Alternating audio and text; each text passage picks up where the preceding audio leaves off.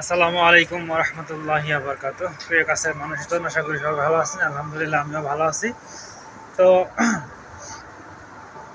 কোটা আন্দোলন বিষয়ে কিছু কথা বলতে চাই। আহ, আমি বরাবর বলে আসতেছি যে আসলে এখানে যারা মুক্তিযুদ্ধ করেছেন তাদের অবশ্যই আমরা সম্মান করি, শ্রদ্ধা করি, ভালোবাসি। এবং কি যারা বেঁচে আছেন তাদের জন্য শুভকামনা, এবং যারা মারা গেছেন, শহীদ হয়েছেন, তাদের জন্য আমাদের দোয়া এবং মাগফিরাত কামনা। তো এখানে যে বিষয়টা বলবো, যে সরকার যদি তাদেরকে ফ্যাসিলিটি দিতে চায়, দিক, সমস্যা নাই, কিন্তু এই চাকরি, এইসব কোঠা মোটা দেন না। আপনি একটা কাজ করেন, বর্তমান জামানায় একটা চাকরি চাইতে আপনি যদি তাকে 10 লাখ টাকা দেন, একটা সন্তান এখানে কমই আছে, মুক্তিযুদ্ধের সন্তান খুব কম আছে এখন বর্তমানে, অথবা নাতিপুতিরা বেশি আছে আর কি। তো আপনি তাদের কি করেন, 10 লাখ করে টাকা দেন, তারা ব্যবসা বাণিজ্য করুক। কারণ বর্তমান জামানায় চাকরির অবস্থা খুবই খারাপ। চাকরি পাইলেও স্বাচ্ছন্দ্যের মধ্যে একটা সংসার চালানো খুব কষ্ট হয়ে যায় আর কি। এই জন্য তাদের 10 লাখ করে টাকা দিয়ে দেন, কেউ না করবে না, তার ব্যবসা বাণিজ্য করুক। আর সাধারণ মানুষ যারা আছে তাদেরকে আপনি চাকরি সুযোগ করে দেন, যদিও পর্যাপ্ত পরিমাণ চাকরি হবে না। যে পরিমাণ বেকার আছে বাংলাদেশে, সেই পরিমাণ চাকরির আসনও নাই, চাকরির সেক্টরও নাই। বাংলাদেশে দিতে পারবে না তাদের চাকরিগুলা। অতএব আপনি যারা মুক্তিযোদ্ধা নাতিপুতি আছে তাদেরকে আপনি 10 লাখ করে টাকা দেন, আমার মতামত, নিজস্ব মতামত। টাকা দেন, তারা ব্যবসা বাণিজ্য করে খাক, এটা ভালো, চাকরি চেয়ে ভালো হবে। ঠিক আছে। আর একটা মাত্র কোঠা থাকবে, সেটা হচ্ছে প্রতিবন্ধী কোঠা। এইখানে নিয়ে কারো কোনো নাই, কি বলে, কারো কথা নাই। হ্যাঁ, তবে আর একটা বিষয়, যদি রাখতেই চান, কোঠা যদি রাখতে চান, 10% করেন। ওই 10 জন, 10% যেন মুক্তিযোদ্ধা হয়।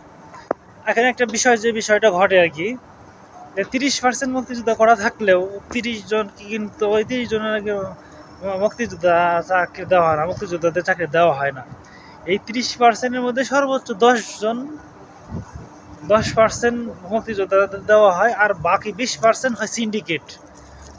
সিন্ডিকেট কেমন, বড় বড় যারা, বড় বড় হাত আছে যাদের, তারা কি করে, ওই টাকা খাইয়ে ওই মুক্তিযোদ্ধা কোঠায় চাকরিটা দিয়ে দেয়। এই জন্য এই কোটাটা থাকার চাইতে না থাকাটা ভালো। আমি পরামর্শ দিব যে কোঠার প্রথাটা একবারে বাদ দিয়ে দেন, না হলে 10% রাখেন, আর 10% রাখলে এটা সমন্বয় ভালো হবে আর কি। এটা না করলে আসলে এটা কোনো সমাধান আসতেছে না আর কি।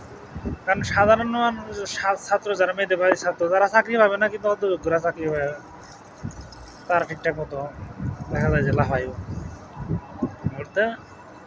তো আপনারা নিজেরাই বলেন যে বঙ্গবন্ধুর বাংলায় বৈষম্যের ঠাঁই নাই, তাহলে এখানে ঠিকই বৈষম্য করতেছেন। হয়তো কোনো বৈষম্য করতে হবে না, কোটা পদ্ধতি বাদ যাক, মেধার জোরে যারা চাকরি পাবে তারাই পাবে, অন্যথায় চাকরি যারা পাবে না তারা দরকার নেই।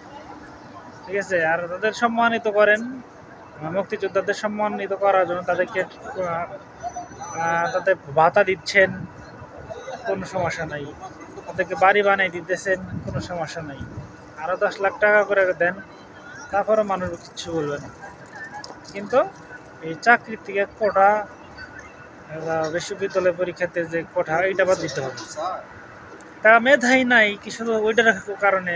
আর যারা মুক্তিযোদ্ধার সন্তান, তারা বাই চান্স সন্তান, মানে তারা হয়ে গেছে আর কি, না হতে পারতো, বাই চান্স, এটা কোনো হতে পারে না। যারা মুক্তিযোদ্ধা তাদেরকে সম্মানিত করুন। ঠিক আছে। তো যাই হোক, আমার মনে হয় বাংলাদেশের অধিকাংশ মানুষ যেটা চাচ্ছে সেটাই করে দেওয়া ভালো। ঠিক আছে। আপনি কোন ভোট নেন, কোন স্বাক্ষর নেন, যে এর পক্ষে কি বিপক্ষে কি, দেখবেন যে বিপুল বিপুল ভোটে কোঠা পদ্ধতিটা বাদ যাবে। আশা করি বুঝতে পেরেছি। তো আপনারা ভালো থাকুন, আপনাদের আশেপাশের মানুষগুলোকে ভালো রাখুন। আসসালামু আলাইকুম ওয়া রাহমাতুল্লাহি ওয়া বারাকাতুহু।